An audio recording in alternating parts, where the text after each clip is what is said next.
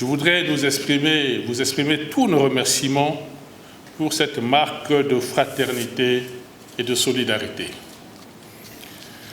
Rénovatrices et rénovateurs, nous venons de vivre ensemble des moments intenses. Ces moments ont été à la fois studieux, joyeux, conviviaux, et j'ai beaucoup apprécié cet esprit de famille dont tous les congressistes ont fait montre. Certains des rénovatrices et des rénovateurs qui ont pris part à ce congrès se connaissaient déjà. Les retrouvailles ont donc été chaleureuses. D'autres, nouvellement élus dans les bureaux sous-fédéraux, ont fait connaissance avec leurs collègues ici pendant ce congrès. Des contacts ont été noués, des numéros de téléphone échangés. C'est ça la magie d'un congrès. Il contribue toujours à renforcer la famille politique. Et moi, cela m'a permis de faire la connaissance de beaucoup d'entre vous que je ne connaissais pas encore. Chers congressistes, vous avez fait du très bon boulot.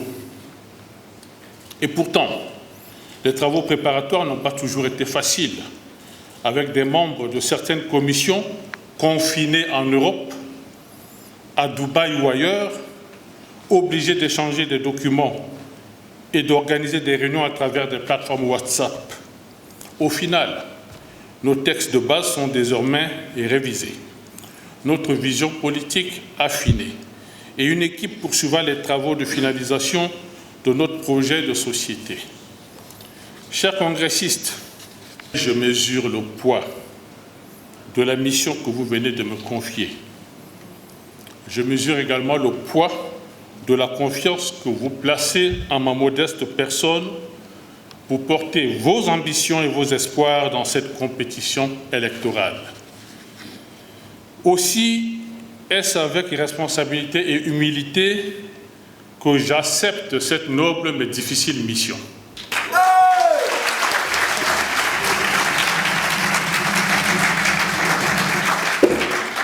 Je ne pourrais mener efficacement cette bataille qu'avec l'aide de Dieu et avec la combativité et la détermination de chaque rénovatrice et de chaque rénovateur, ici dans cette salle, comme à travers tout le pays et dans la diaspora. Chers amis, depuis sa création jusqu'à ce jour, l'URCA s'était déclaré parti socio-démocrate. Mais pour la plupart des observateurs, ils ont toujours considéré que l'URCA était un parti libéral, essentiellement parce que son programme de société est un programme d'un parti plutôt libéral. Je pense qu'ils avaient raison de le dire. Vous savez, être socio-démocrate, c'est confortable. Ça sonne bien et on peut tout y mettre. Mais comme vous le savez, les frontières idéologiques sont devenues tellement poreuses qu'il devient difficile de savoir si un pays est dirigé à droite, à gauche ou au centre. Les grandes économies sont tellement en compétition entre elles que l'économie du marché s'est imposée un peu partout. La course est désormais menée pour dominer le monde par l'économie, tandis que la compétition militaire, qui n'est pourtant pas affaiblie, est devenue beaucoup moins visible. Notre pays a évolué depuis 60 ans avec une logique de fonctionnariat. On a mis dans la tête du Centrafricain qu'il fallait faire des études pour ne devenir que fonctionnaire. Or, notre pays arrive à peine à gérer ses 28 000 fonctionnaires, alors qu'il rentre chaque année sur le marché de l'emploi au moins 30 000 jeunes centrafricains. En d'autres termes, chaque mandat présidentiel fabriquerait quelques 150 000 nouveaux chômeurs, contraints de devenir ce qu'on appelle communément des cherches à manger. Et beaucoup d'entre eux sont diplômés de l'enseignement supérieur. C'est pour eux que l'URCA promeut le développement du secteur privé.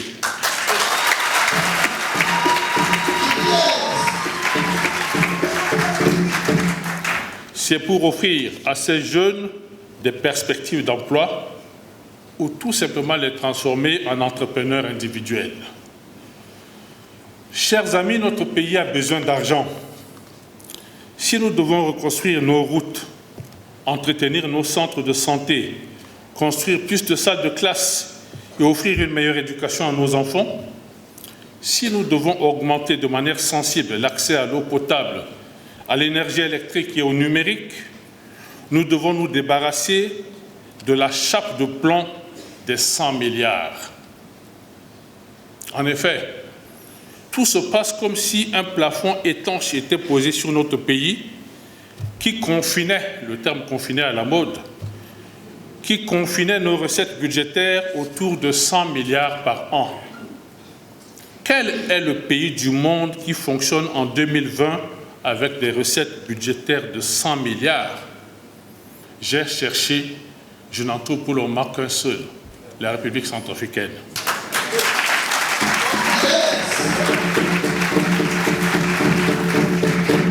Beaucoup de cadres centrafricains, beaucoup de ceux que nous aimons appeler des intellectuels, m'ont traité de prétentieux, de rêveurs, de candidats des riches. Et pourtant, chers amis, notre pays a besoin d'argent. S'il y a une autre solution, nous sommes tous ici preneurs de cette solution. À l'URCA, nous sommes convaincus qu'une économie qui ne génère pas de richesse est une économie sans avenir. Si nous avions eu plus d'argent, nous aurions eu une armée mieux organisée, mieux équipée, une administration fonctionnelle, un État plus fort. Nous n'aurions peut-être jamais entendu parler ni de Ali Darassa, ni de Sidiki, ni de Al-Khatim ou d'autres noms exotiques qui ne sont pas moins terrifiants. Mesdames et messieurs, la pratique de la démocratie exige que le suffrage du peuple soit sollicité à échéance fixe pour désigner les personnalités à qui ce peuple confie son destin. Dans notre pays, comme dans beaucoup d'autres, cette échéance est de 5 ans. Elle est connue d'avance car elle est fixée par la Constitution. Alors, comment expliquer que cette échéance semble surprendre les autorités de notre pays?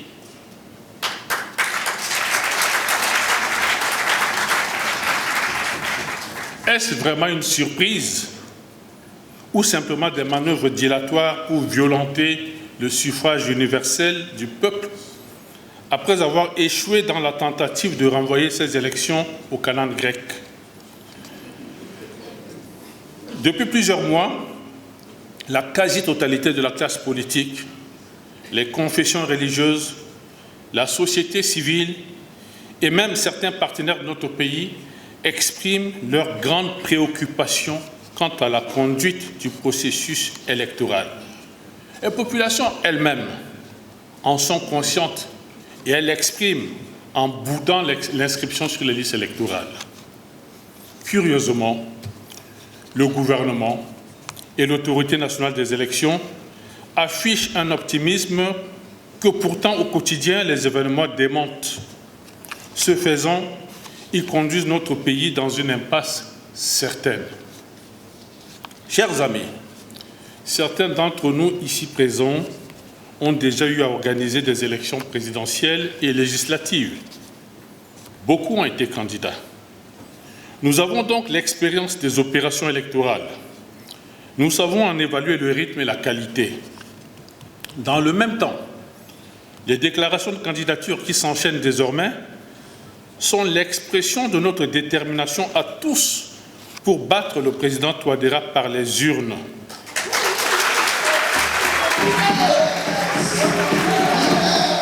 Et pour offrir une meilleure alternative à notre pays. Or, nous entendons quotidiennement mieux. Nous lisons dans les déclarations des plus hautes autorités de notre pays que les leaders de l'opposition auraient peur des élections et seraient dans des manœuvres dilatoires pour les éviter.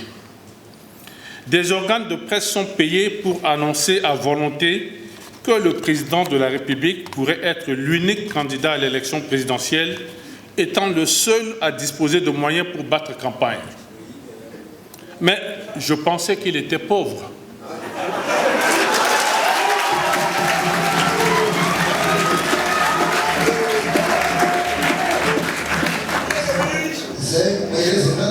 Je pensais qu'il était le candidat des pauvres. J'ai peut-être raté un épisode. Monsieur le Président de la République, arrêtons de jouer avec le feu. Il y a 5 ans, vos partisans mettaient en avant votre humilité, votre simplicité et votre capacité d'écoute.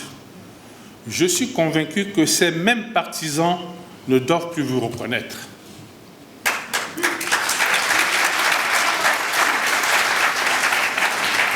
Une vingtaine de personnalités, membres de la CODE 2020, leaders de l'opposition, leaders de la société civile et des centrales syndicales, avaient écrit au chef d'État pour le prier d'organiser une concertation nationale.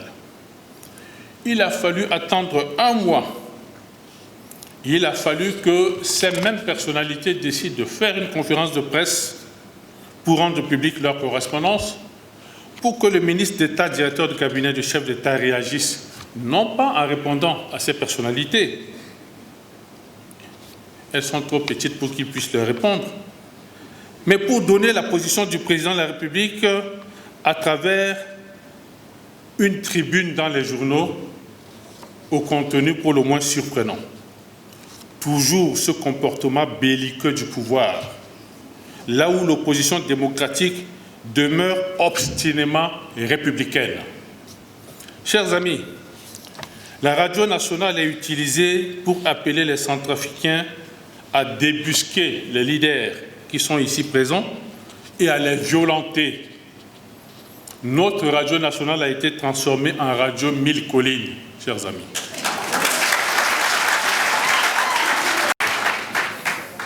Professeur Faustin Archange Touadéra, nous ne savons plus de qui les Centrafricains ont peur aujourd'hui.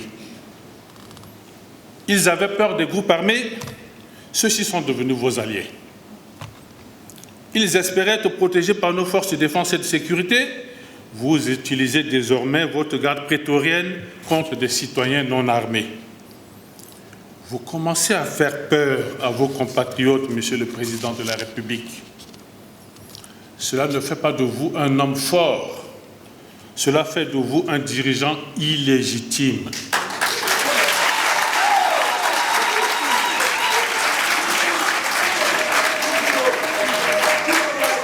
Parce que chaque jour qui passe, vous violez votre serment et donc vous multipliez les crimes de parjure. Distingués invités, mesdames et messieurs, la coalition de l'opposition démocratique, la CODE 2020, dont l'URCA est fière de faire partie, demeure mobilisée pour défendre les intérêts du peuple. Nous n'avons pas l'intention de baisser les bras. Et avec une collaboration qui a démarré sur des chapeaux de roue avec d'autres leaders d'opposition, avec la société civile et avec certains leaders syndicaux, nous comptons poursuivre avec zèle ce combat pour obtenir une concertation nationale. Cela nous permettra de parler du respect de la Constitution, entre autres, d'une meilleure sécurisation de notre pays et d'une meilleure organisation des élections générales. Chers amis, chaque être humain a un pays. Le nôtre s'appelle la République centrafricaine. Aimons-le et construisons-le ensemble. Que Dieu vous bénisse et bénisse notre pays. Je vous remercie.